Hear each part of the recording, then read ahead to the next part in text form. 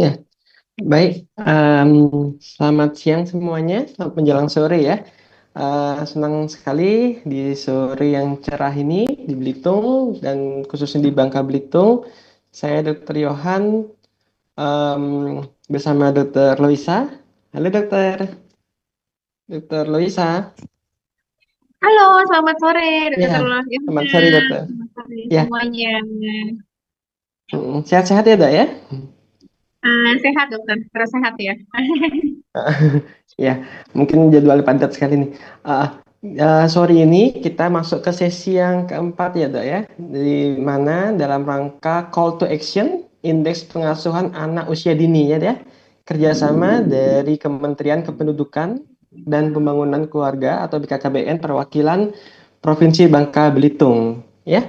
Di mana bersama dengan IDAI cabang Bangka Belitung. Nah, ini kita sesi yang keempat, di mana sesi yang pertama mungkin pada tanggal 28 Februari kemarin udah disampaikan dan dibuka langsung oleh Bapak Fajar Supriyadi Sentosa ya sebagai Kepala Perwakilan BKKBN Provinsi Bangka Belitung. Waktu itu pembicaranya waktu itu Dr. Ririn dan Dr.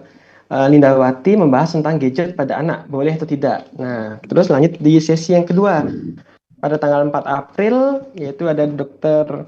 Dwi dan Dr. Bob, di mana waktu itu ngebahas tentang kecanduan gadget pada anak itu gimana sih gejala dan tandanya. Ya, sesi ketiga baru minggu lalu di tanggal 7 Maret disampaikan oleh Dr. Eka dan Dr. Isna Pancabayu, di mana waktu itu menyampaikan gimana sih cara bijak menggunakan gadget dan dampaknya bagi anak. Nah, sekarang ini sesi kita yang terakhir, mungkin kita sebagai gini dok ya, pamungkas mungkin kesimpulan dan hasil-hasil tadi sudah diskusikan sebelumnya, ya dok ya. Kita tema kali ini di sore menjelang waktu berbuka ini kita ngebahas tentang em, gadget dan screen time itu seperti apa sih? Nah, menurut Dokter Lisa, gadget dan screen time itu dulu. Screen time itu gimana dok menurut dokter? Iya, kalau ngomongin screen time tuh, oh mohon maaf saya sapa-sapa dulu ya. Selamat sore Iya. semuanya ibu-ibu yang ada di kawasan di wilayah Bangka Belitung. Ya, ini adalah minggu terakhir ya. Semoga mama-mamanya lebih excited lagi untuk belajar bersama dengan kita. Dan memang menarik banget ya kalau ngomong gadget dan screen time-nya. Dokter Yohanes juga punya anak ya, saya juga punya anak. Nggak bisa lepas Heeh, dari screen time ya dokter ya. heeh, Jadi screen time itu tuh bukan hanya berhubungan dengan aktivitas anak hanya menggunakan HP ya. Kadang mm-mm. kan ibu-ibu tahu tuh, dok anak saya tuh nggak main HP, tapi anak saya nonton TV. Nah, jadi kira-kira itu ada hubungannya nggak dokter ya? Iya ya. Jadi screen Heeh, time sendiri itu punya definisi adalah di mana anak melakukan aktivitas secara pasif ya dokter ya. Ya ibu-ibu ya, bukan aktif ya. Aktif dan pasif itu adalah kondisi yang berbeda. Kalau screen time itu berhubungan dengan kondisi anak melakukan gerakan pasif ya. Artinya tidak ada interaksi. Sementara kalau kita ngomongin aktif ya, itu harus ada komunikasi atau interaksi dua mm-mm. arah. Nah, screen time ini bukan hanya berhubungan dengan masalah HP ya. Jadi suatu cara anak berkomunikasi di mana anak itu dengan gerakan yang pasif ya, di mana dia dimediasi atau dibantu fasilitas alat-alat teknologi yang canggih. Nah, kayak kita gini kan ya, kita pakai screen time ya dokter ya. Untuk kita melakukan webinar, itu kita melakukan edukasi informasi melalui screen time. Jadi bisa menggunakan HP, laptop, atau smartphone ya, atau TV ya. Kalau zaman saya dulu tuh pakai komputer yang gede ya dokter ya. Komputer yang kayak TV ya, sekarang udah nggak ada mungkin ya. Nah, itu yang dimaksud dengan screen time. Yang dimana kita sekarang tuh lagi di era globalisasi menghadapi anak-anak generasi Alpha dan Delta. Bener ya dokter ya? Mm.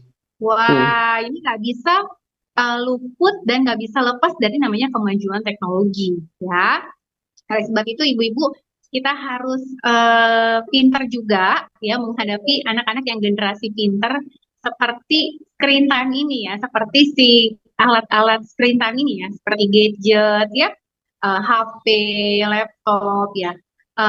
Kita sebagai dokter spesialis anak yang sekarang diizinkan ya, Ibu ya kita kerja sama BKKBN juga, kita harus bisa memajukan informasi-informasi dan edukasi sebenarnya screen time itu apa sih tujuannya, manfaatnya, terus berapa lama itu udah dibahas ya dokter ya kemarin ya Hmm, iya, sama teman-teman sejawat dokter yang luar biasa juga sudah membantu informasi penggunaan gadget dan screen time. Ya, saya rasa itu dulu untuk mirip membuka dokter. Nanti kita lebih iya, bahas tuntas dengan ah, pertanyaan-pertanyaan ibu-ibu di sini semua ya. iya, iya. Baik dokter, tadi dokter bilang ada interaksi, nggak cuma pasif nonton aja. Berarti kalau dia dua arah, misalkan video call itu berarti masih boleh nggak dok? Biasanya orang-orang nanya. Jadi kalau video callan itu boleh nggak biasa menggunakan HP itu dok? Ya, baik ya. Ini pertanyaan ujian saya waktu saya mau ujian board nasional jadi Iya. dokter anak ya. Ditanya ya, kira-kira nih sekarang teknologi ya, kamu punya anak, terus anaknya boleh nggak kalau ada interaksi aktif ya? Jawabannya boleh ya ibu-ibu, terutama kalau temu rindu sama keluarga atau di sini kan ibu-ibu kan ada yang jarak jauh ya sama bapaknya anak-anak atau sama keluarga, kakek, nenek, om. Jadi anak itu harus diajak dengan interaksi yang aktif ya. Dan itu harus ada prosedurnya. Nah, prosedurnya itu apa? Memenuhi syarat ya. Syaratnya usahakan anak-anak itu kita hindari, usahakan ya dokter ya. Kita hindari screen time, penggunaan screen time, gadget dan screen time itu di bawah 2 tahun ya. Hmm. Tapi kalau situasi dan kondisi yang tidak mengizinkan dan anak harus terpaksa menggunakan fasilitas screen time, itu perlu didampingi ya. Jadi interaksi aktif itu boleh melalui video call ya, atau mungkin kita nemenin anaknya nonton Cocomelon terus kita sambil nari-nari, ngapalin Oh, lagu. Nah, ya, eh, itu itu boleh dokter ya, karena ada interaksi ya. Anak juga jadi menggerakkan anggota bagian tubuhnya, lalu menstimulasi gerakan motorik kasarnya, motorik halusnya, kemudian untuk juga menstimulasi kata-kata yang akan diucapkan, tapi perlu pendampingan, terutama di bawah usia 2 tahun pertama ya, atau 1.000 hari kehidupan pertama anak-anak. ya. Berarti intinya itu diperbolehkan kalau ada komunikasi dua arah atau ada aktivitasnya dok ya. Misalkan kita ngejelasin tadi sambil main, sambil nyanyi-nyanyi sama-sama. Jadi bukan anaknya tuh terfokus cuma di layar aja berarti gitu ya dok ya. Benar, didiemin aja tanpa ada suara-suara yang benar-benar real suara ya. Kalau screen time sama yang dia lihat ya, atau tontonan film anak-anak itu kan suara yang bisa diputar-putar ya dokter ya, bukan suara asli, suara ibunya, suara bapaknya, suara abangnya, adiknya, anggota keluarga, atau suara eh, bunyi hewan peliharaannya itu kan bisa ya. Jadi stimulasi anak juga. Nah, jadi kalau ngomongin screen time ini, kalau bisa tuh anak-anak ya, ibu-ibu misalnya, tapi anak saya senang suara-suara hewan, dokter. Ya, kita boleh mengkondisikan, kita mungkin ajak anak bermain, ya, ketemu hewan-hewan Hmm. kayak kucing, suara ayam, itu seperti apa, ya. Memang itu akan membantu ya. Saya juga punya Ah, pasien dengan dia bantuan screen time bersama orang tuanya, mendampingi, mereka tuh keluar kata-katanya bagus ya, banyak. Tetapi kalau untuk mendiamkan anak sendiri, terutama di fase mereka itu sel mielinisasi otaknya lagi berkembang, saya rasa perlu dipertimbangkan lagi ya dokter. Kita nggak bisa membiarkan anak kita berinteraksi dengan screen time sendirian. mm-mm. Ya.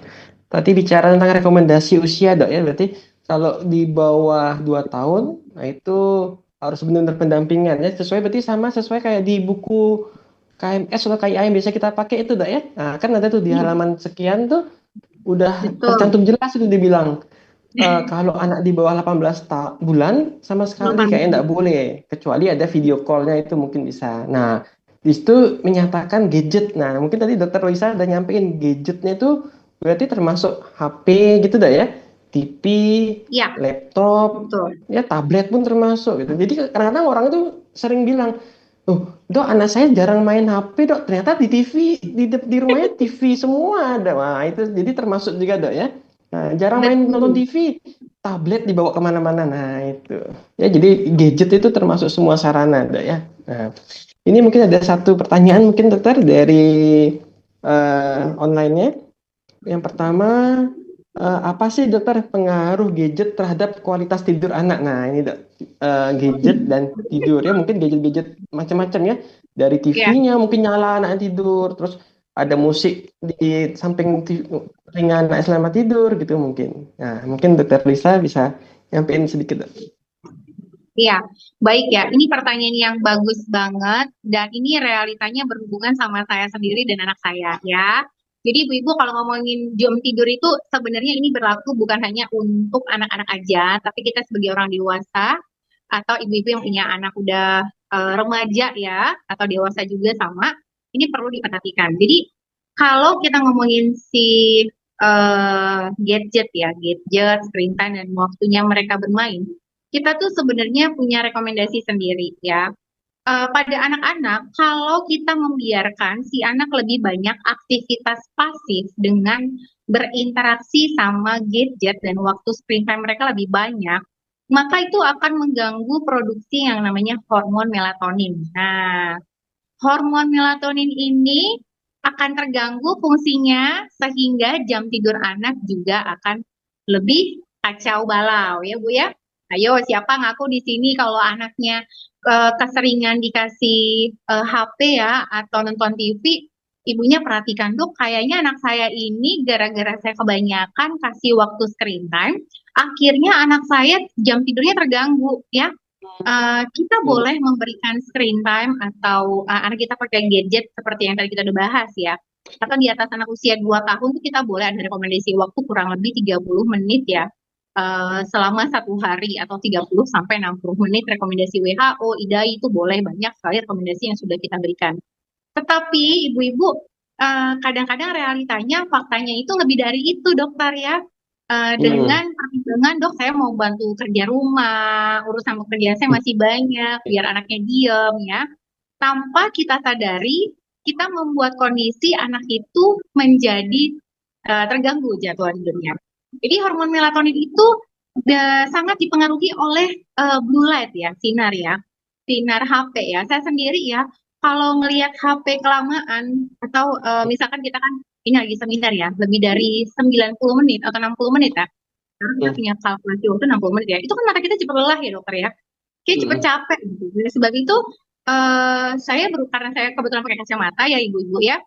Jadi saya berusaha untuk mencari kacamata yang benar-benar interaksi blue light HP saya dengan mata saya tidak terlalu tinggi sekali ya. Maksudnya tidak terlalu mengganggu fungsi penglihatan saya.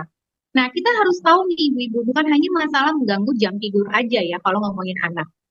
Jadi pasien saya juga banyak ya di usia udah di atas 3 tahun prasekolah yang TK ya, yang mau playgroup TK 3 tahun 4 tahun itu sekarang udah banyak yang pakai kacamata. Nah, jadi Hmm. selain mengganggu jam tidur, dia juga dapat mengganggu sel-sel fungsi saraf mata anak kita. Mereka akan lebih mudah mengalami yang namanya rabun jauh ya. Jadi kacamata minus. Kalau dalam keluarga ada turunan selindar, hati-hati itu bisa diturunkan. Jadi akan lebih cepat mereka pakai kacamata dengan kacamata silinder. Ya, kembali lagi memang sangat berpengaruh sekali ya dokter. Harusnya jam 7 udah bobo karena kelamaan main gadget, si ibunya mungkin masih mau siap-siap masak atau mungkin ada pekerjaan rumah tangga yang Betul. perlu dikerjakan, diselesaikan. Akhirnya mundur deh tuh ya. Atau anaknya jadi tantrum, jadi marah, Hmm. ya. Terus mereka jadi lebih mudah emosi kalau nggak dikasih Hmm. handphone. Akhirnya jam tidurnya juga terganggu. Ya Hmm. kurang lebih seperti itu. Jadi Iya, emang iya. sangat-sangat berpengaruh ya. Sama kita juga ya Heeh. dokter ya. Apalagi kita ya. Iya, heeh. Biasanya. Scroll ya. Nah, itu dah. Mungkin itu salah satu tanda adiksi, Dok, ya, kecanduan berarti ya. Jadi Betul, benar. setelah saya lihat satu sesi, pengen lagi nambah deh, masih ada waktu. Akhirnya menunda-nunda-nunda sampai lama. Nah, gitu. Jadi mungkin demikian juga pada anak-anak, Dok, ya. Jadi tidurnya berkurang gitu ya, jadi mudah lelah dan juga kan aktivitasnya juga sedikit gerak, mungkin itu berhubungan dengan kesehatan yang lain tuh ya, metaboliknya, obesitas, gangguan di Betul, sirkulasi darah mungkin nantinya, ya. Nah, benar. tadi Sekarang kamu tuh banyak ibu-ibu yang saya perhatikan dokter, tapi ibu-ibu di sini pasti ibu yang pinter ya. Kita belajar bareng-bareng ya ibu-ibu ya. Anak main HP dikasih snack atau dikasih eh, susu yang kandungan ya, gulanya sangat tinggi. Nah, kita udah menciptakan serentil life ya. Jadi gerakan mager ya. Jadi jangan heran ya dokter ya, anak-anak sekarang itu memang generasi-generasi Delta Alpha ini kita harus mempersiapkan parenting-parenting dan salah satunya mengedukasi penggunaan screen time atau gadget pada anak-anak sekarang. ya. Jadi tadi sudah jelas sekali Dok, ya jawabannya. Pengaruh itu jadi sangat-sangat ini mengganggu kualitas tidur dari anak. Anak itu jadi gini marah semua. Nah, pertanyaan kedua dari Ibu Ria mungkin dokter ini dokter. Nah, ini untuk anak-anak yang lebih besar.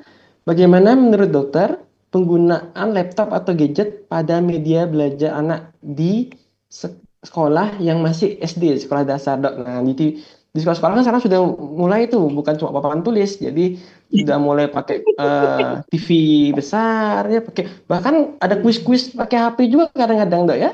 Pakai gini ngisi-ngisi Baik, Google Form semuanya. Nah, menurut dokter itu gimana kira-kira? oke, baik ya. Ini saya juga ngalamin ya ibu-ibu ya. Jadi saya juga punya anak sekolah. Kebetulan saya ngalamin dan waktu pertama kali anak saya disuruh, oh iya pakai laptop ya sekolah itu agak gimana ya? Karena saya tahu laptop kan kita pas perguruan tinggi ya. Tapi ternyata kita memang berhadapan dengan anak-anak yang majunya dengan generasi teknologi. Ya, kalau memang itu suatu kebutuhan sekolah ya, mungkin ya saya bisa kasih tips ya ibu ya. Yang pertama pastikan ya Ibu, linknya itu terhubungkan dengan link kita. Kita harus hati-hati bagaimana Hmm. sekarang banyak banget link-link yang kita nggak tahu ya, website-website yang judulnya awalnya mungkin lagu-lagu ya, mencari bahan pembelajaran materi di sekolah. Terus tiba-tiba akan merusak adab, empati, sopan santun karakter anak kita. Itu harus hati-hati. Jadi saya dulu punya anak SD itu linknya itu emailnya, link YouTube-nya, link Google-nya itu harus terconnecting dengan link kami sebagai orang Hmm. tua. Ya, itu Hmm. yang pertama. Terus yang kedua ya ibu-ibu, sekarang itu memang media sosial itu menjadi platform yang sangat berpengaruh sekali ya. Karena kalau kita mau masukin anak kita ya, misalnya kayak contoh saya ya, kemarin pindahin anak saya, oh anak saya mau saya taruh di sekolah A gitu. Saya harus tahu dulu dong kualitas anak sekolah A itu bagaimana, bener ya? Kualitas sekolah A Ya. itu bagaimana? Dari dilihat yang pertama kali saya melihat pasti media sosialnya ya. Media sosial itu kan yang berhubungan dengan screen time, gadget dan sebagainya juga ya. Nah, di sini sebenarnya anak-anak yang sekolah itu punya peranan membantu kualitas atau kualifikasi kelebihan sekolah. Jadi anak-anak yang memang harus menggunakan gadget dengan yang berhubungan dengan kepentingan sekolahnya, pastikan memang itu bisa membantu kepercayaan dirinya. Jadi misalnya kan tadi dokter bilang ya, sekarang ada kompetisi-kompetisi, isi-isi Hmm. form. Sebenarnya itu memang salah satu fasilitas untuk mempermudah kita ya. Udah nggak zaman lagi nih kita sebagai dokter ya dokter ya. Dulu kita belajar kedokteran harus beli bukunya segede-gede berapa ribu halaman ya. Benar ya dokter ya? Ya. Nah, sekarang kita dengan mudahnya menggunakan buku PDF ya. Walaupun memang masih ada beberapa sekolah yang menggunakan buku langsung. Jadi untuk kepentingan sekolah, memang itu sekarang hampir semua anak ya dok ya, terutama sih di golongan yang sudah sekolah SD, SMP, SMA, itu nggak ada materi belajarnya yang nggak pakai HP. Bahkan Hmm. anak saya kirim tugas harus via WA. Nah, canggih banget ya anak sekarang ya. Ya, Iya. tapi kita harus mendampingi ya dokter ya. Harus harus benar-benar at the point-nya tuh harus dapat ya. Kenapa dia menggunakan fasilitas teknologi gadget screen time-nya. Kita tahu pendidikan terdasar itu paling bagus itu di 10 sampai 12 tahun Hmm. pertama. Jadi benar ya ibu-ibu ya. Kalau yang masih punya anak SD itu pastikan dia tidak salah menggunakan fasilitas media sosial, screen time-nya, gadgetnya, laptopnya buat apa. Bahkan ya nanti ibu-ibu, anak-anak kita ini yang memberikan informasi-informasi yang nggak kita tahu loh dokter. Anak-anak Hmm. sekarang tuh pintar-pintar ya. oh ada ini cara buat YouTube begini-begini upload. Oh, Dan itu menjadi iya, bagian daripada tugas sekolahnya. Iya kan benar nggak mm, dokter? Gimana coba iya, deh, dokter begitu nggak? mm, iya. Biasanya anak-anaknya lebih pinter gitu, yang ngupload link atau ngisi-ngisi apa. Nah, mereka lebih tahu ngajarin kita malahan, gitu ya, Dok ya.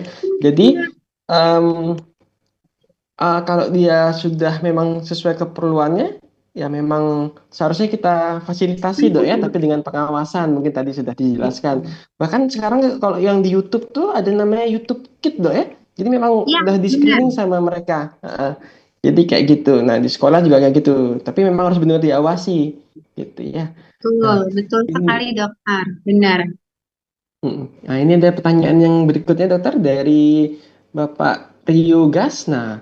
Dok, anak saya kalau makan harus sambil main HP loh, Dok. Nah, gimana sih cara untuk memberhentikannya? Mungkin waktu makan-makan itu, mungkin waktu di mulai-mulai MPASI, Dok ya, MPASI di 6 bulan, setahun. Nah, itu mungkin fokusnya tuh cuma satu arah. Nah, biar anak itu mau lihat depan, makanan masuk, baru dia mau masuk. Nah, ini ternyata keterusan sampai dia sudah Iya, di usia-usia selanjutnya. Nah, menurut dokter, itu ya. baik enggak kayak gitu, dan mau untuk mengatasinya itu gimana sebaiknya? Mungkin ada trik dan trik dari dokter Luisa? Ya, baik ya Pak ya. Ini nggak Bapak sendiri kok ya. Hampir semua ibu-ibu yang memulai empati ya. Awalnya bagus nih dokter, semangat ya. Kita tahu bahwa kalau ngomongin empati itu ada aturan makan, salah satunya faktor lingkungan yang tidak menyarankan anak terdistraksi oleh menonton TV. Jadi salah satu faktor lingkungan menyarankan anak tidak kontak dengan TV atau screen time ya, gitu ya. Nah, caranya gimana nih ibu-ibu balik lagi?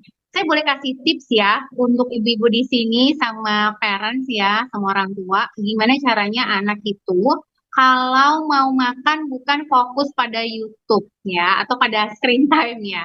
Satu, pastikan makan itu adalah family time. Nah, Hmm. ini yang sering dilupa. Ya, jadi saya sangat bersyukur ya dari kecil itu saya selalu ngajarin anak saya makan harus di meja makan, tidak harus beli baby chair. Nah, ibu-ibu nggak usah pusing sama baby chair. Family time itu adanya di saat makan. Jadi usahakan kita punya komitmen makan bersama. Kenapa? Karena anak-anak itu adalah peniru unggul kita sebagai orang tua. Hmm. Iya, Nah, Kak. ya, jadi jangan jangan nyalahin juga anak saya makan pakai TV, tapi bapaknya makan somai, ngemil di depan TV. Nah, itu dilihat loh ya. Hmm. Sekalipun si anak mungkin dia belum di sekolah SD, SMP, atau usia sekolah ya. Nah, yang kedua, coba kita buat diskusi ya, diskusi. Biasanya saya akan ngasih tipsnya Bu buat diskusi, buat tawar-menawar atau negosiasi. Dek kan adik pinter nih, udah besar, udah ngerti ya.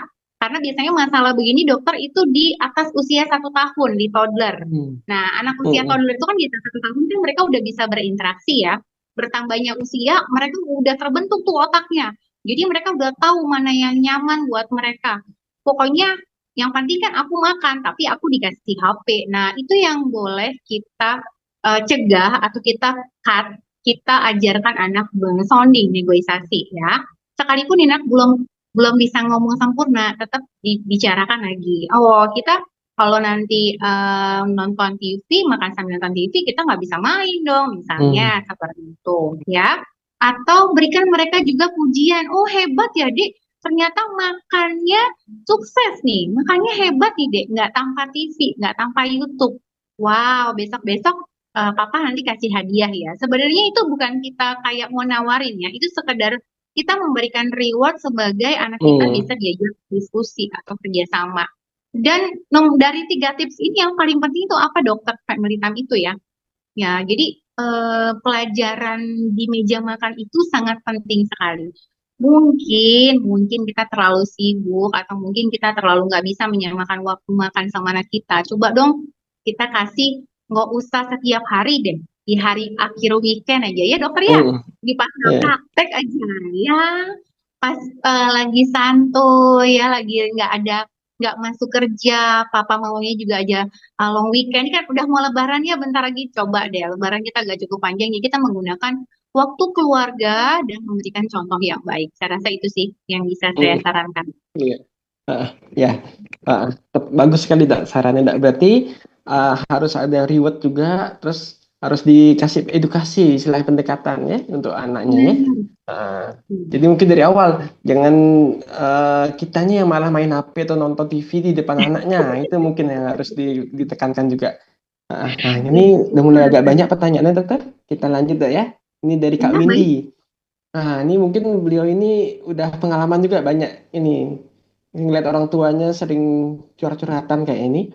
Dok, bagaimana yang menyampaikan kepada orang ini berarti di orang tuanya, Dok. Bagaimana menyampaikan orang tua jika ada anaknya itu mengalami speed delay karena terlalu banyak main HP, tapi malah orang tuanya nggak terima gitu loh. Jadi marah orang tuanya marah kalau dibilang anaknya itu bermasalah gara-gara main HP dan TV. Nah, itu jadi pemahaman ke orang tua itu mungkin Ya, harus disampaikan, Dok ya. em, Mm. iya benar ya. Ini saya juga pernah ya menemukan kasus begini ya dokter. Jadi memang kasarannya itu mungkin bahasa sederhananya ya, ibunya masih denial. Nah, Ya. kalau urusan ibu denial tuh kita kayaknya perlu effort yang besar banget ya dokter, yang usaha kita tuh nggak bisa level satu ya, harus level dewa Hmm. ya.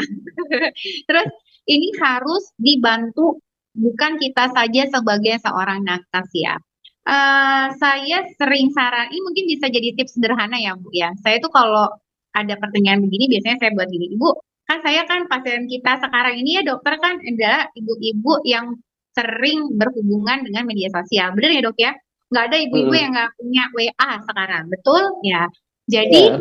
ini ngajarinnya gini, Bu, coba deh Bu, Ibu ambil suatu akun media sosial yang ada platformnya atau yang ada reelnya atau YouTube-nya, Ibu buat di status WA, tapi pastikan Ibu berteman dengan si orang tersebut. Nah, itu cara Mm-mm. praktisnya ya. Mm. Nanti kalau dia nyindir saya gimana? Jangan mikir gitu dulu, Bu. Kan Ibu kan bantunya mau edukasi, ya. Tapi Mm-mm. kalau memang sudah mentok nggak bisa, gitu ya. Saya udah sering dok melakukan itu, ya. Apalagi mungkin keluarga sendiri. Ini biasanya orang terdekat, dokter. Mm. Mungkin keponakannya, Iya. ya. Atau anak sahabatnya. Itu kan lebih susah dibanding orang yang nggak kita kenal sama sekali. Bener ya? Karena mereka masih punya perbandingan antara anaknya kita sama anak yang terlambat kondisi terlambat bicara. Kalau emang udah mentok nggak bisa Bu, ya kita boleh butuh pertolongan mungkin dari keluarga yang lebih senior atau mungkin kalau sudah Mm. sekolah melalui guru sekolah. Tapi memang kita hanya tugasnya tuh edukasi. Ya, seperti ini kan kita melakukan IG Live untuk tujuannya edukasi. Mungkin dengan cara seperti ini ada ibu-ibu yang mendengar saya Iya. nih sama Dokter Yohanes menyarankan atau mempertimbangkan kalau anak sudah terlambat bicara, apalagi tahu penyebabnya adalah karena screen time, akan lebih baik bawa ke dokter spesialis anak terdekat. Atau kalau misalnya tidak mau langsung ke dokter spesialis anak, cari temen ya, cari seseorang yang bisa dengerin mereka curhat. Itu lebih efisien loh dokter. Karena kan ibu-ibu ini sukanya ngomong ya, kayak saya ngomong aja ya, sukanya cerita gitu. Mungkin mereka butuh didengar, diterima. Kenapa sih saya kok kayaknya denial gitu? Saya rasa ibu-ibu yang seperti kondisi anaknya terpapar screen time dan mengalami keterlambatan bicara, mereka tahu kok dokter. Saya pernah baca itu di studi penelitian anak-anak psikolog yang mengevaluasi, mengumpulkan kelompok penelitiannya. Mereka tahu, tapi mereka memang ya tahap denial ya, kayak kita nggak Mm. terima gitu. Nah itu Mm. harus banyak orang yang berperan dan mensupport kondisi ibu Iya. tersebut. Itu sih. Iya. Coba pasang satu lagi ya Bu ya, lebih mudahnya ya. Iya. Berarti bukan langsung didatengin, dilawan konfrontasi gitu, Dok ya. Jadi harus bertahap mungkin pelan-pelan, pelan-pelan. Nanti fase denial Betul. atau penolakannya sudah mulai lebih terbuka, baru di fase penerimaan akhirnya mulai ini. Mudah-mudahan, tapi jangan sampai lewat waktunya, Dok ya. Mungkin ya ada batas-batasan waktunya. Kapan sih harus benar-benar kita nyadarin ini udah menjadi bendera merah atau red flag untuk keterlambatan bicara itu mungkin yang harus disadari, Dok ya. Misalnya Betul. jangan sampai di usia 5 tahun 6 tahun baru nyadar loh, kok anak saya kok beda ya dok dibandingin anak yang lain, kok masih berupa akhiran-akhiran kata aja ya, mi num dot, nah kayak gitu aja. Nah, baru usia 5 tahun baru nyadar. Nah, itu mungkin sudah eh, agak kelewatan jauhnya dok ya. Nah, Agak tadi dokter, lambat. nah, nah tadi dokter Lisa tentang sebut tentang medsos nih. Nah, ini ada yang nanya nih dari Ibu Diwia. Nah, menurut dokter Loisa, umur berapa sih dok anak itu boleh untuk pakai medsos? Nah, mungkin medsos ini berhubungan tentang grup-grup di WA dok ya, HP atau Instagram mungkin atau eh, Facebook mungkin dok. Ah itu. Nah mungkin dokter Luisa Iya. pandangan mungkin dari umur berapa sih boleh megang HP untuk medsos ini dok? Oke, baik ya. Ini kan pertanyaannya umur berapa ya dokter untuk media sosial, ya, benar Hmm. ya? Bukan untuk komunikasi, pengenalan, stimulasi ya. Ah, Jadi ibu-ibu tahu nggak sih media sosial itu sebenarnya cara mereka tuh punya jati diri dan identitas loh. Nah, ya. Jadi dan ini benar ya dokter ya. Dan jati diri identitas mereka itu ternyata sudah dibentuk sama parent sendiri. Nah, jadi saya banyak nih ya ada pasien-pasien saya yang mereka punya akun media sosial sendiri. Begitu anaknya lahir, mereka buat akun media ini dibuatkan. sosialnya atas nama anaknya, ya. Apakah ada Hmm. yang salah? Tentu tidak ya. Mungkin mereka mau ibu-ibu muda sekarang yang kita hadapin, dokter, itu pengen punya momen yang bagus di fase Hmm. pertumbuhan dan perkembangannya. Jadi dari maternity fotonya ya, dari Hmm. prosesnya sebelum kelahiran, begitu kelahiran, dia usia 0 hari, 1 bulan, 2 bulan ya. Nah, tapi itu kan diwakilkan, benar ya dokter ya, diwakilkan oleh orang tuanya. Nah, pertanyaannya, kapan dok anak saya boleh pegang HP dan tahu media sosial? Ya baiknya saat mereka sudah tahu usia sekolah, ya. Sekolah-sekolah maju di kota besar seperti Jakarta, dokter, itu mencantumkan loh, ada Facebooknya nggak? Nah, ada IG-nya nggak? Ada emailnya nggak? Walaupun pasti semuanya dalam pengawasan orang tua. Jadi kapan tepatnya? Kalau mau tepatnya ya setelah anak itu otaknya bertumbuh hampir 100%. Jadi di usia-usia Hmm. 6 tahun ke atas ya. Hmm. Itu kan udah usia sekolah SD ya. Anak sekarang itu nggak ada yang nggak bisa buka HP dan laptop. Betul dokter? Ya. Iya, Ya. ya. Jadi kita ngeliat scroll pinter banget ya. Jadi kembali lagi kalau mau kapan pastinya dia bisa pegang media sosial, sebenarnya itu satu tergantung kebutuhan juga ya. Yang kedua ya di saat anak sudah bisa berinteraksi, mereka sudah tahu aturan. Ketika mereka sekolah kan mereka tahu aturan ya, masuk jam berapa, pakaian seragamnya apa, ada ujian, ada absennya, ada tugas, gurunya siapa, mereka harus bagaimana. Nah, itu mungkin bisa jadi pertimbangan. Gitu sih Bu, semoga nggak jawab ya Bu ya. Mm-mm. Ya, terus ya sesuai banget lah ya gitu ya. Jadi tergantung kebutuhannya ya, mau di sisi yang mana dok ya. Nah, untuk medsos sendiri ini pengalaman pribadi dok ada dok. Mungkin dokter juga pernah ngalamin di praktek atau di rumah sakit dok. Dengan menggunakan medsos di HP itu umur 12 tahun kenalan sama pacarnya sampai MBA.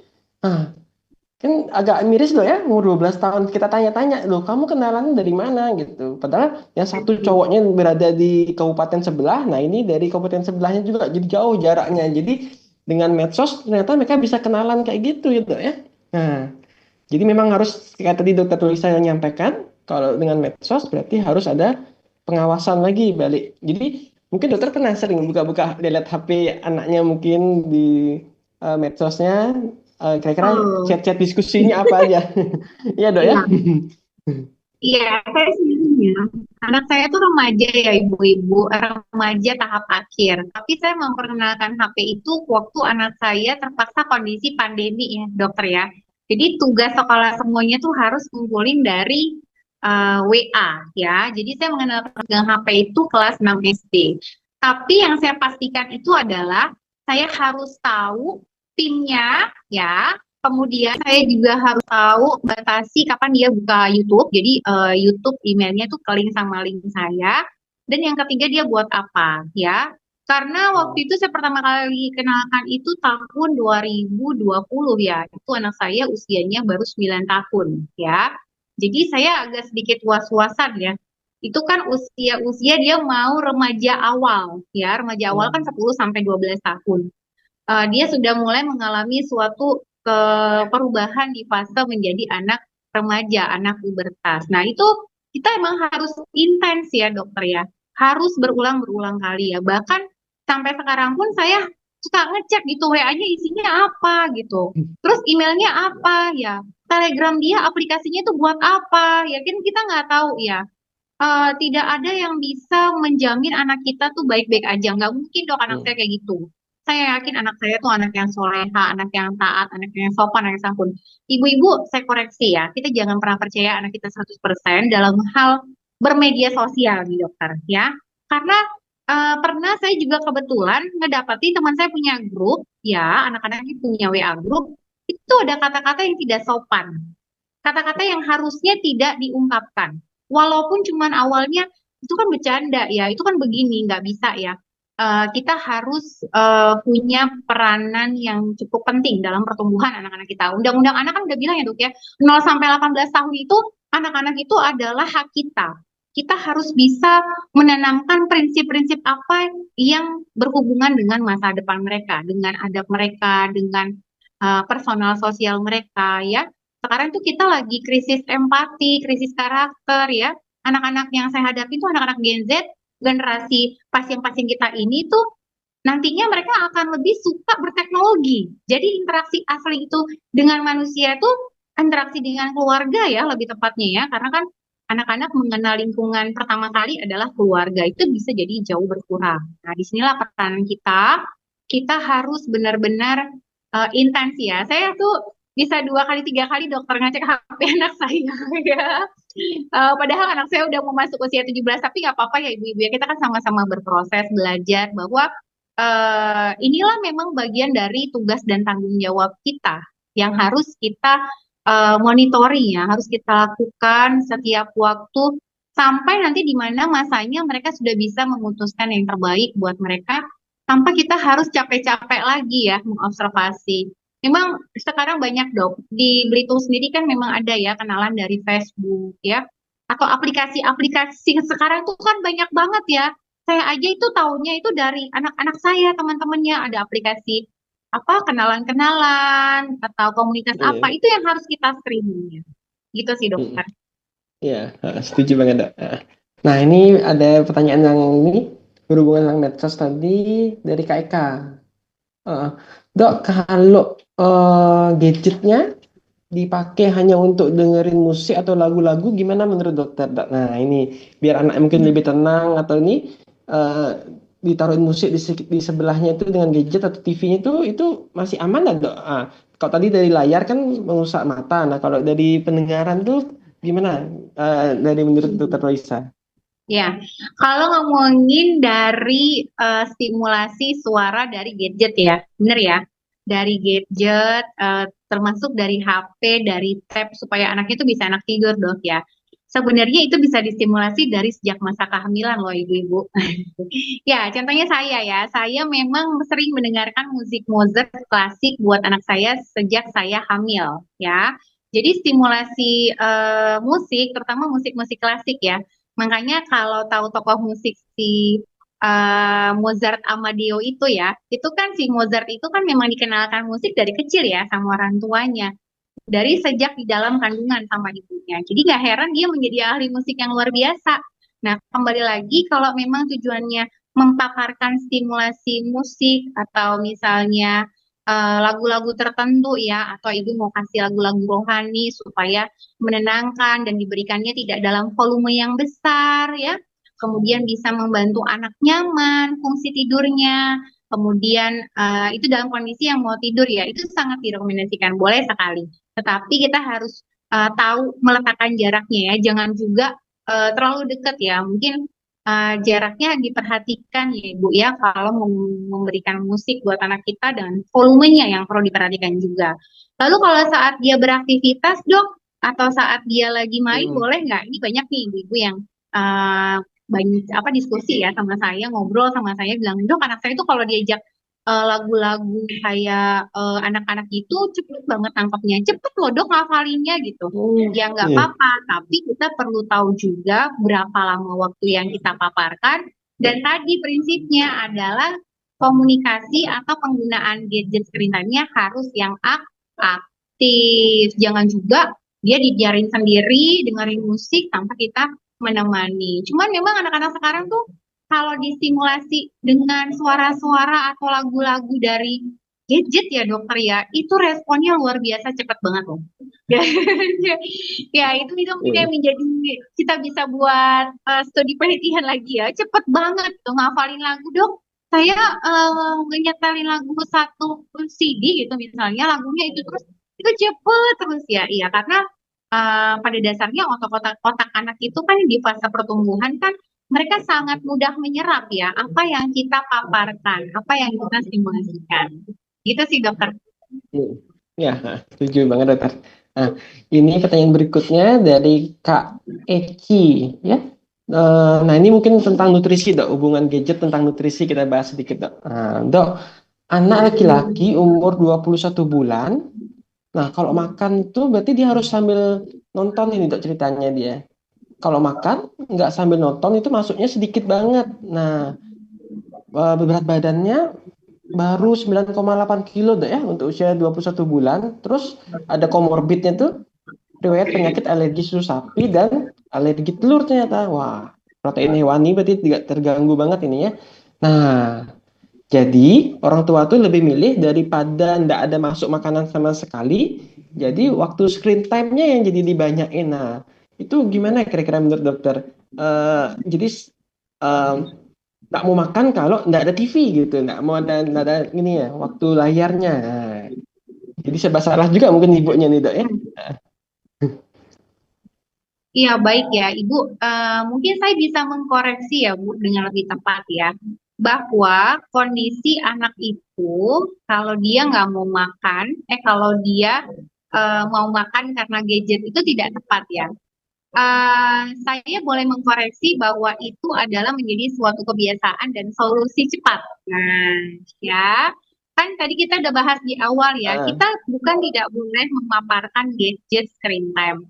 Tetapi konteksnya kalau ngomongin makan, ya, apalagi ini anak alergi, ya ibu harus punya peranan penting. Nah, bapaknya, kalau dia anak laki, pastikan bapaknya tuh suka makan di hadapan dia, ya. hmm, Terus ibu harus hati-hati dengan anak alergi yang ibu paparkan screen time setiap waktu dengan frekuensi atau waktunya yang lebih sering, waktunya yang lebih lama.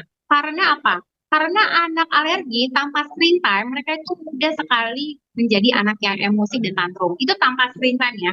Itu studi penelitiannya udah banyak, teorinya udah banyak bahwa anak alergi tanpa diberikan gadget screen time, mereka tuh udah mudah sekali mengalami emosi, gangguan emosi. Apalagi dikasih screen time, ya.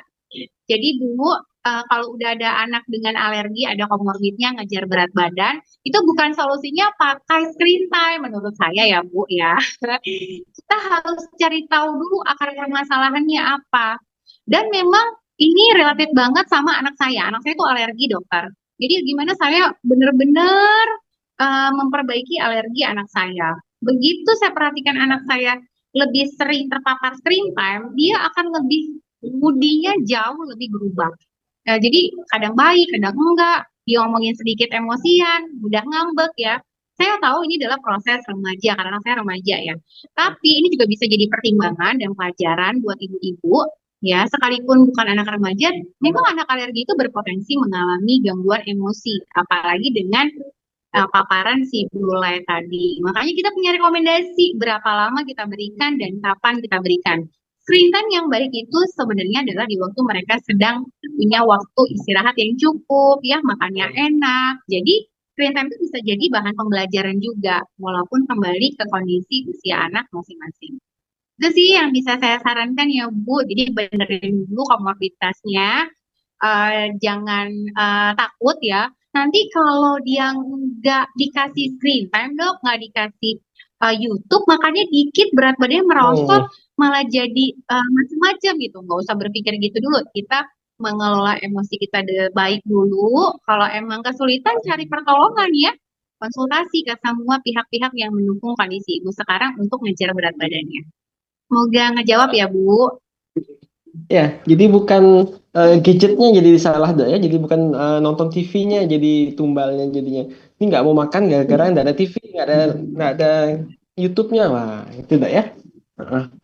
Nah, ini pertanyaan dari saudara Dava Danu. Nah, ini mungkin lebih ke strategi dok. Nah, gimana sih atau ada nggak sih dok strategi apa ke depannya untuk mengatasi kepedulian keluarga ataupun pemerintah untuk menunda pemberian gadget kepada anak sebelum waktunya? Nah, itu mungkin ada nggak regulasi pastinya dok?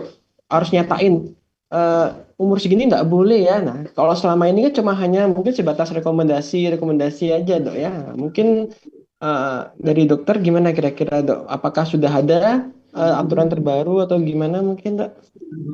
Ya, baik ya. Emang ini masalah gadget ini sebenarnya bukan masalah anak-anak aja ya dokter ya. Ini masalah kita bersama ya. Termasuk buat masalah saya juga ya. Jadi bagaimana kita mengantisipasinya kalau si anak ini tidak terpapar gadget ya? Kita punya strategi apa nih? Pemerintah udah bagus ya melakukan edukasi melalui informasi-informasi media sosial ya, yang bisa membantu anak-anak kita tidak terpapar gadget terlalu lama ya. Kita tuh lupa ya punya indera yang dikasih Tuhan. Kita punya mata, kita punya tangan, kita punya mulut, kita punya telinga, kita punya kaki, punya anggota tubuh yang Tuhan kasihkan. Tapi ternyata memang ya untuk di kondisi sekarang kita lebih suka menggunakan teknologi untuk mempermudah semuanya. Jadi saya rindu ya di rumah kita juga, berawal dari kita juga ya. Kenapa sih kita nggak buat tradisi misalnya kita ngobrol bersama, punya waktu family time ya dokter ya, atau kebiasaan-kebiasaan anak sebelum tidur ya. Saya dulu punya kebiasaan untuk anak saya membacakan buku cerita dari dia usia 1 bulan sampai dengan dia usia SD itu selalu saya lakukan. Dan saya memang merindukan masa itu ya. Ternyata saya aja udah berusaha untuk bercerita, berdongeng ya, mengajak anak interaksi ya dengan ilmu saya. Itu kemajuan zaman sekarang itu sulit banget ya. Sulit sekali ya. Atau mungkin ya kita harus mengaku ini benar ya. Zaman saya dulu tuh saya kalau ada ekstrakurikuler bermain sambil megang wayang. Main wayang tuh Hmm. ada ya. Jadi main wayang itu merupakan suatu pembelajaran komunikasi yang sangat bagus ya.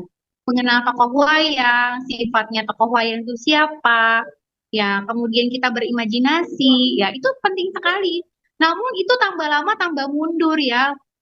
Kemudian atau bercerita dengan boneka ya, dengan sarung tangan boneka, itu kan hal-hal yang dulunya kita sering ketemu itu ya. Atau membeli buku majalah Bobo ya, zaman saya Hmm. itu ada majalah Bobo ya Bapak Ibu ya. Ya. Mungkin itu pemerintah juga bisa ya apa ya bukan menggalakan lagi ya, tapi kayak menerbitkan kembali gitu. Sekarang cari majalah Bobo aja susah banget, bener ya? Hmm.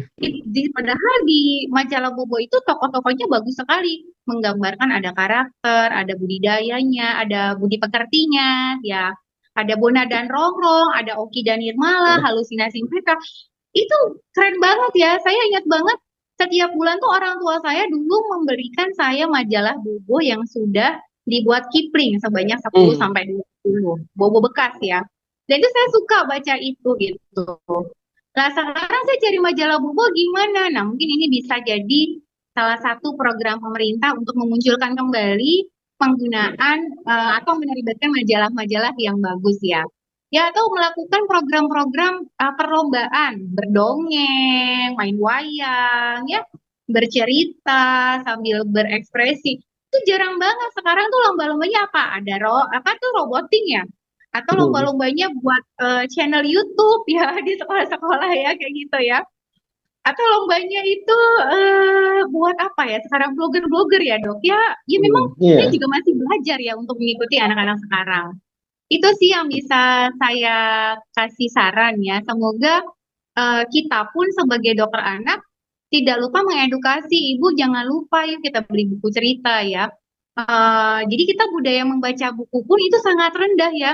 Atau mungkin Hmm. ya Kayak di Jakarta kan sekarang udah ada tuh ya perpustakaan besar sekali kayak Ah, modelnya perpustakaan di Korea itu ya udah ada. Nah, itu kan senang banget ya. Tapi yang datang cuma sedikit ya. Karena mengenalkan budaya membaca, bercerita, berdongeng itu semua harus berawal dari rumah. Ya, peran keluarga tuh sangat penting sekali. Itu sih iya. Pak sambil menjawab ya Ah, Kak ya. ya. Berarti memang dari lingkungan keluarga ya, lingkungan yang paling kecil. Jadi harus digiatkan lagi. Sama seperti di buku KIA. Balik ke buku KIA itu kan ada dok ya. Kayak stimulasi, salah satu stimulasi tumbuh kembang itu di usia 9 bulan atau di setahun itu sudah mulai. Kalau bisa sih mendongeng gitu kalau nggak salah ini. Membacakan buku bercerita, mendongeng. Nah, kayak gitu deh ya. Jadi memang harus ditunda mungkin penggunaannya, tapi tidak melarang sama sekali. Nah, sesuai dengan rekomendasi masing-masing mungkin tadi di usia berapa itu harus diperhatikan. Kecuali memang harus ada dua arah, mungkin itu masih bisa. Nah, ini pertanyaan yang berikutnya dari saudara Saki Saki.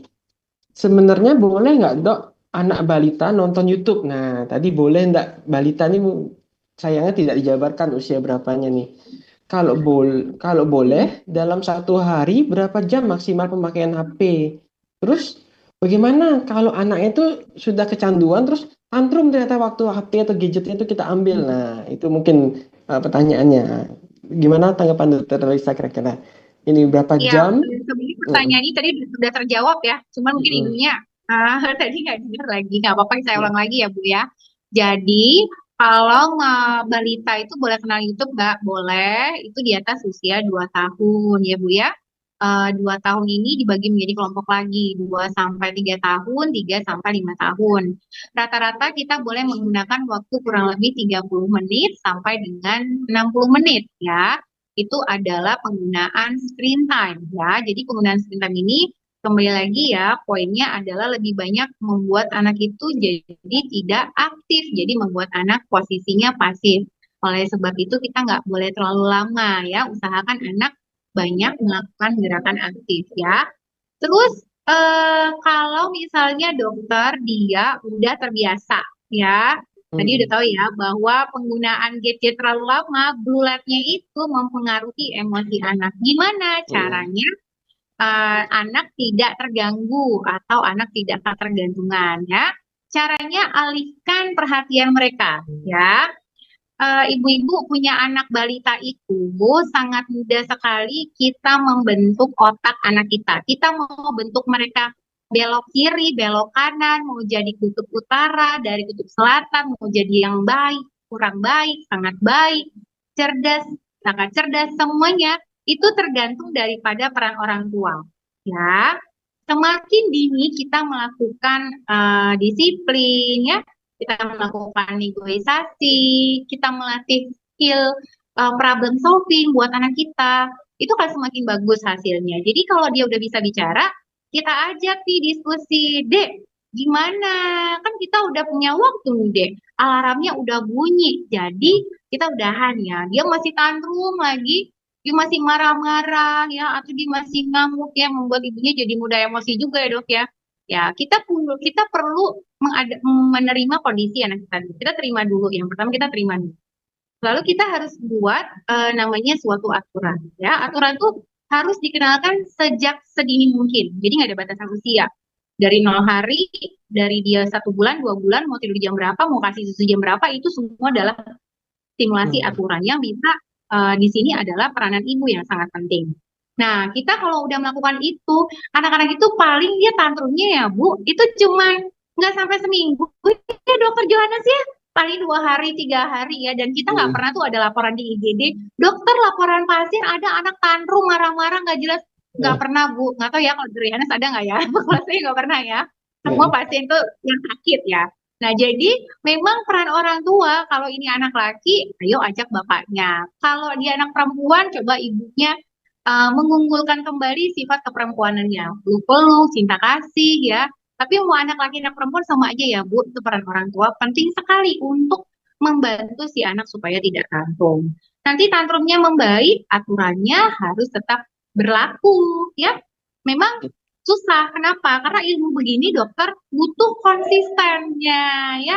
Sekarang adem nih anyem ya, ibunya sepaneng, kemudian terlalu banyak tuntutan ya. Apalagi mungkin ibunya udah bekerja di rumah, harus ngurus anak, nggak ada ART, mungkin tipe istri yang patriarki dokter ya, kita fair aja Hmm. ya, apa-apa semuanya ke ibu. Itu juga jadi faktor membuat ibunya akhirnya putus harapan. Ya udahlah dok, daripada ribut lagi, saya kasih lagi Iya, deh HP-nya, saya kasih lagi screen-nya iya. gitu ya. Pelan-pelan aja Bu berprosesnya ya. Hmm. Berarti eh, mungkin harus sedikit ketegasan dari orang tua ya. Soalnya kan tadi udah balik lagi di fase 0 bulan sampai 18 tahun itu ya anak kategori anak tuh masih tanggung jawabnya kita dok ya, orang tua gitu khususnya. Nah, jadi harus Betul. ada aturan rule ya. Jadi bukan cuma makan aja ya feeding rules, ternyata di kehidupan sehari-hari juga harus ada aturan-aturannya, jam berapa tidur, jam berapa nonton, jam berapa waktu yang bermain, harus ada batasannya ya. Nah, ini mungkin sudah mau terakhir, Betul. ini pertanyaan terakhir mungkin dokter Luisa. Dari Kak Eka. Assalamualaikum dok, bagaimana pengaruh penggunaan gadget berlebih pada pola bicara anak? Nah, mungkin tadi sudah sempat disinggung-singgung dok ya. Jadi sangat berpengaruh ini. Gadget berlebih, mungkin lebih dari waktu yang direkomendasikan, ternyata gangguan pola bicaranya tuh bermasalah mungkin. Tadi nggak lancar, atau cuma sepatah dua patah kata, merangkai katanya kurang, atau bahkan sama sekali nggak ada kata-kata, kosakata yang bisa dimengerti mungkin. Nah, mungkin dokter Luisa Ya, gimana dok? ya setuju ya sama Dokter Yanus ya. Jadi kalau anak dikasih gadget atau screen time berlebihan, dia itu blue light yang kita kasih ke anak itu akan mematikan atau menurunkan sel-sel mielinisasi saraf anak di stimulasi mereka. Si anak nih sel otaknya mau bertumbuh gara-gara si blue light jadi melempem.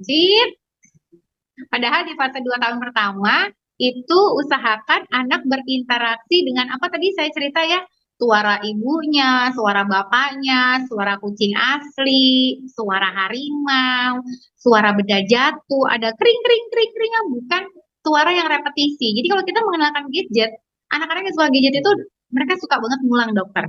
Ya, itu aja. Ya, eh, memang apa ya sekarang itu banyak banget sih dok masalah anak gangguan bicara ya gara-gara gadget ya. Karena mudah, nggak ribet, terus banyak juga ibu yang merasa anak saya gara-gara gadget dok dia jadi bisa bahasa bukan Iya. bahasa Indonesia bahasa Inggris Hmm. lagi. Tapi saya punya pasiennya benar ya. Namanya si Iki ya, itu dia bisa bahasa Rusia dokter. Ibunya sampai terkaget-kaget ya. Memang kondisinya anak ini usia berapa? Dia sudah usia di atas 5 tahun. Berarti fungsi bahasa sama fungsi bicaranya sudah bertumbuh maksimal. Kita tahu ya, di 2 tahun pertama itu fungsi bicara itu bertumbuh dan anak bisa fasih bicara itu karena stimulasi ibu.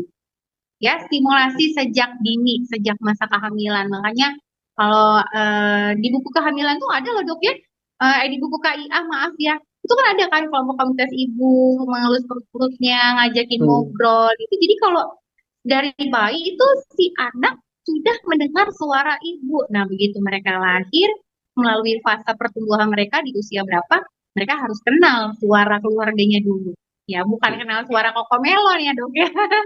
Itu Bu. Iya. Ya, jadi emang sangat berpengaruh sekali. Ya, kalaupun yang Ibu lihat, tapi dok anak teman saya itu gara-gara YouTube loh, dia makanya pintar ngomong. Saya bisa pastikan tuh stimulasinya di awal bagus. Nah, ditambah screen time, gadget didampingi oleh orang tuanya atau diajak joget-joget sama kakek Hmm. neneknya, diajak nyanyi-nyanyi, maka makin bagus Hmm.